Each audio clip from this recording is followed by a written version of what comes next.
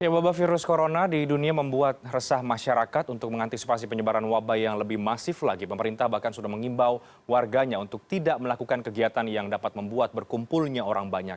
Pemerintah bahkan juga telah mengimbau masyarakat untuk tidak pulang kampung. Lantas bagaimana cara mengimbau masyarakat untuk menghindari kerumunan dan juga berkumpul? Larangan berkumpul untuk antisipasi COVID-19 akan kami bahas dalam Newsroom Talks.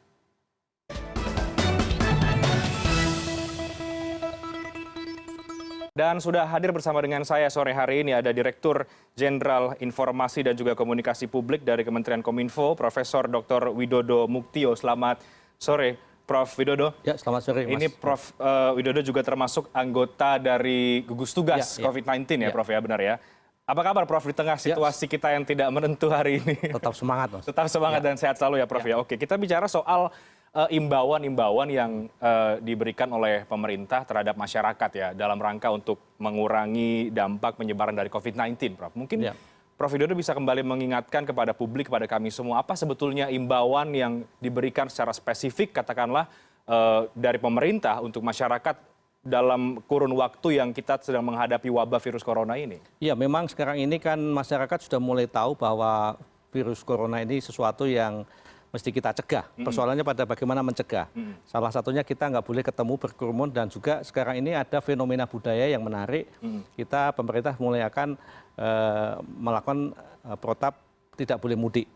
Tetapi sebetulnya yang lebih dekat sekarang ini adalah bukan mudik, tapi ada tradisi nyadran misalkan atau munggahan kalau di apa Sunda itu ya. Kebiasaan di masyarakat kita yang melekat sebelum Ramadan datang. Jadi sebelum Ramadan datang itu ada namanya ruwahan ya, ruwah.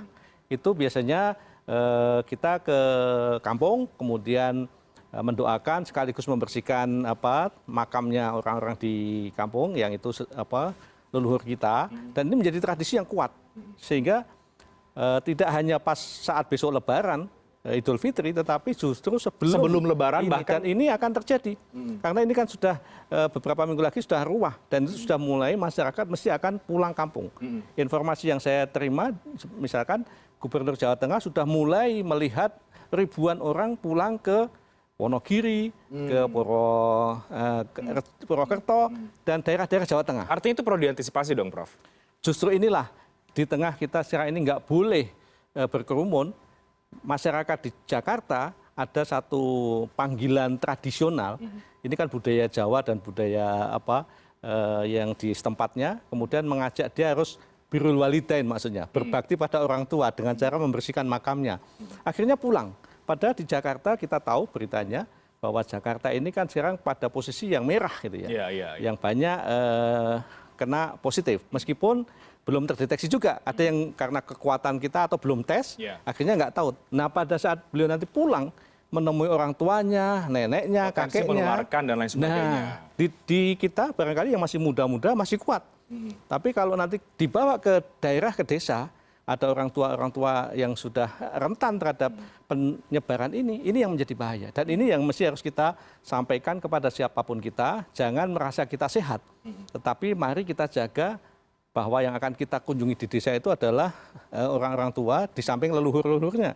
Nah ini rentan terhadap potensi itu dan sudah ribuan, itu baru di Jawa Tengah yang disampaikan oleh Gubernur Jawa Tengah. Nah inilah yang sebetulnya menjadi tantangan kita. Jadi tidak mudik itu bukan berarti besok Idul Fitri, tetapi juga sebelum Ramadan ada prosesi budaya nyadran, ya, munggahan, itu yang juga mesti kita antisipasi secepatnya. Dan fenomena itu sudah dilihatkah oleh pemerintah yang memang cukup berbahaya dan artinya kan tidak cukup hanya sekedar imbauan, tapi bagaimana agar pesan itu bisa sampai, Prof, ke masyarakat kita. Itu kan menjadi PR-nya juga ya. Inilah fenomena pendekatan sosiologis ya. Karena kalau misalkan sudah nyater bis sekian puluh bis kemudian berkunjung ke daerah bersama-sama dan sudah sampai sana, akhirnya kan pemerintah daerah setempat yang dikunjungi yang menjadi tempat nyadran tadi menjadi kesulitan. Seperti himbauannya Pak Gub Jawa Tengah itu akhirnya dipantau, minta Bupati Wali Kota. Tapi sudah sampai sana dan itu ribuan. Nah inilah yang sebetulnya kita harus betul-betul sekarang ini ekstra keras untuk menyadarkan masyarakat 2020 ini betul-betul kita punya musibah yang salah satu caranya adalah mencegah kita berinteraksi, berkomunikasi dengan masyarakat yang beda dan bahkan kita tidak saling tahu. Dari Jakarta ke daerah misalkan, atau dari kota besar yang lainnya ke daerah. Nah ini yang saya kira kita, karena dilarang pun seperti berkumpul ini, kita sudah menggunakan pendekatan polisi, militer sudah mulai menghimbau, mengajak untuk kalau berkumpul silakan bubar, kemudian kembali ke rumah. Tapi kalau ini pulang, dan bahkan sekarang ini, jangan sampai juga disalahartikan work from home itu menjadi seolah-olah tidak ada pekerjaan. Jadi saya boleh nanti work from home di tanah di kampung halaman, ya, di kampung gitu halamannya. Nah ini yang saya kira betul-betul kita mesti menghimbau terus. Ini persoalan kesadaran publik ya. Jadi kita sebetulnya sudah ingin terus menyampaikan, tapi ini persoalan kesadaran publik yang mari kita jaga diri kita, keluarga kita terutama. Jadi kita nggak boleh egois lagi, saya pokoknya pulang. Tapi yang risiko kan keluarga terdekatnya yang dikunjungi. Nah ini yang saya kira menjadi tugas kita semuanya. Nah seringkali kan Prof, karena mungkin sudah menjadi kebiasaan, sudah menjadi tradisi, begitu ya. Bahkan masyarakat kita ini kan sering suka berkumpul, bersosialisasi, begitu.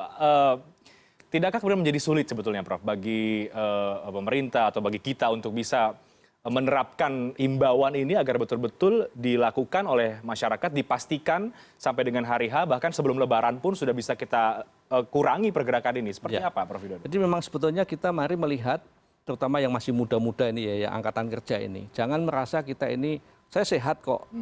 Apa sudah dicek? Kecuali kalau sudah dicek, di swab ya, bukan rapid test, tapi swab yang akurasinya jelas terjamin. Oh saya negatif. Itu saya kira menjadi hal yang bisa dimengerti, tetapi kalau belum tes, hanya merasa dirinya sehat, karena dia memang masih muda, olahraganya juga kenceng, makanannya bagus.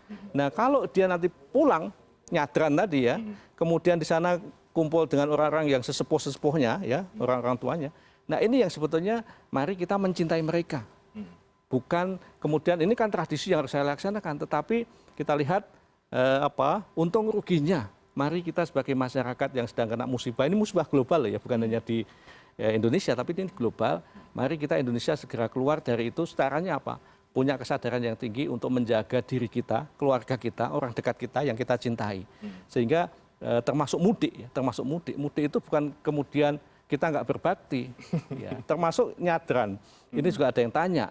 Nyadran itu kan membersihkan makam. Saya punya ide begini, ya silahkan dikirimkan kepada pemuda-pemuda yang di desa uang untuk membersihkan makamnya orang tua kita. Atau mungkin sanak keluarga begitu ya Mas. Atau keluarga. Ini justru kan ada transfer ekonomi kan.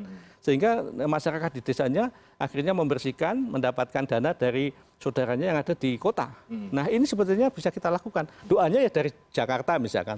Kan bisa saja mendoakan itu kan tidak harus ke sana. Mungkin setelah nanti wabah ini selesai baru kita ke sana. Jadi ini sebetulnya kearifan kita diuji betul. Kearifan kita sebagai orang urban ya, orang yang di kota yang ingin berbakti kepada saudara-saudara kita di desa. Ya, baik Prof, terakhir yang jelas mudik ini kan juga menjadi satu kebiasaan yang sulit ditinggalkan ya oleh masyarakat kita, apalagi di ibu kota pergi ke daerah. Sementara ibu kota hari ini sedang daerah yang merah tadi Prof Widodo katakan. Bagaimana dari Kominfo atau mungkin dari gugus tugas COVID-19 untuk terus-menerus mengingatkan kepada masyarakat bahwa mudik sebaiknya dilakukan, bahkan tidak perlu dilakukan begitu dalam kurun waktu setelah Lebaran nanti, itu seperti apa Prof? Semangat kita tidak mudik, tidak piknik, tetapi tetap berbakti. Tetap berbakti.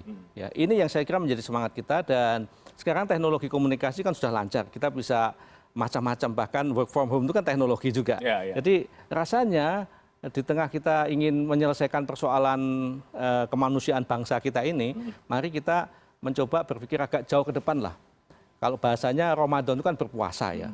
Kita juga latihan berpuasa untuk tidak nafsu saja, ya. Menjaga kita supaya persoalan bangsa ini segera selesai. Ini sebagian juga saya kira puasa Ramadan itu kita mengendalikan nafsu untuk sekedar ingin pulang. Tetapi bisa saja uangnya dikirimkan supaya di desa juga ekonominya bisa bergerak.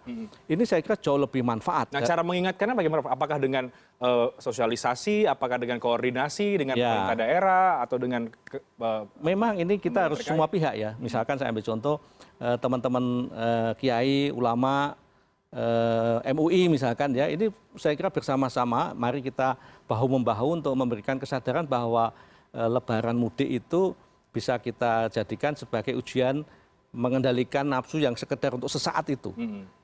Jadi tidak kemudian kita berpikir secara luas. Manfaat dan madorotnya, ini saya kira mesti kita sampaikan, dan yang menyampaikan tentu yang ahlinya, misalkan dari Majelis Ulama.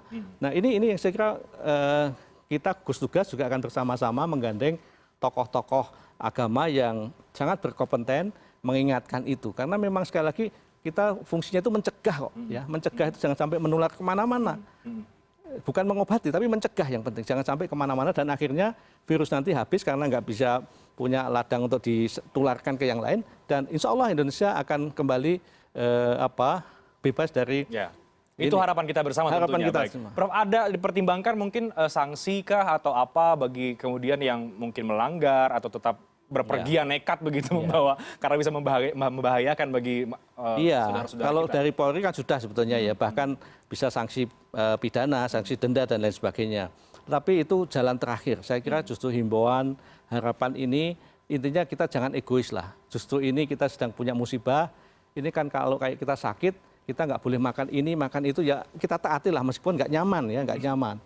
Sehingga Ramadan ini ujiannya saya kira bagaimana kita ujian menyelesaikan persoalan penyakit yang sedang diberikan pada kita semuanya. Ini ujian mengendalikan hawa nafsu kita. Dan mengendalikan supaya kita juga tidak egois begitu, ingin bertemu dengan keluarga, berkumpul dan sebagainya. Termasuk mungkin ada buka puasa bersama dan lain sebagainya. Itu hal-hal yang perlu kita hindari ya, Prof. Betul. Ini saya kira memang otoriti Majelis Ulama Indonesia, otoriti tokoh-tokoh agama ini sangat penting untuk bisa memberikan pemahaman. Sebab kalau tidak, sekali lagi secara saintifik, secara ilmiah kan syaratnya harus menjaga jarak, harus tidak pergi dari rumah, ya, dan kita harus menutup dengan masker dan lain sebagainya, selalu mencuci tangan. Jadi itu prasyarat-prasyarat yang bisa kita lakukan, tetapi yang agak susah memang jangan sampai kita pulang.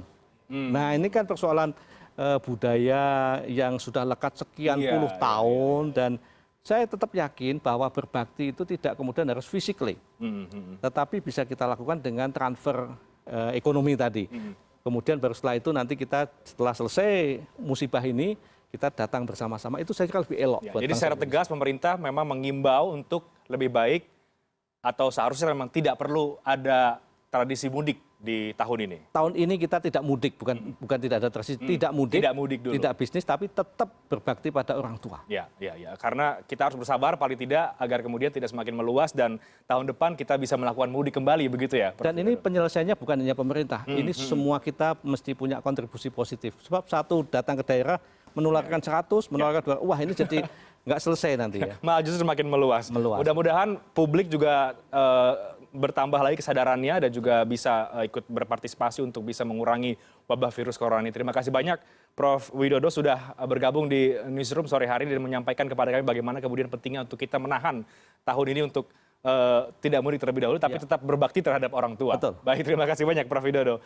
Dan kami harus jeda, kami akan segera kembali dengan sejumlah informasi lain. Di antaranya Presiden akan memberi insentif 3 juta rupiah kepada korban pemutusan hubungan kerja di tengah penyebaran virus corona dengan syarat karyawan yang bersangkutan terdaftar sebagai peserta BP Jam Sostek. Informasinya usai jeda berikut ini.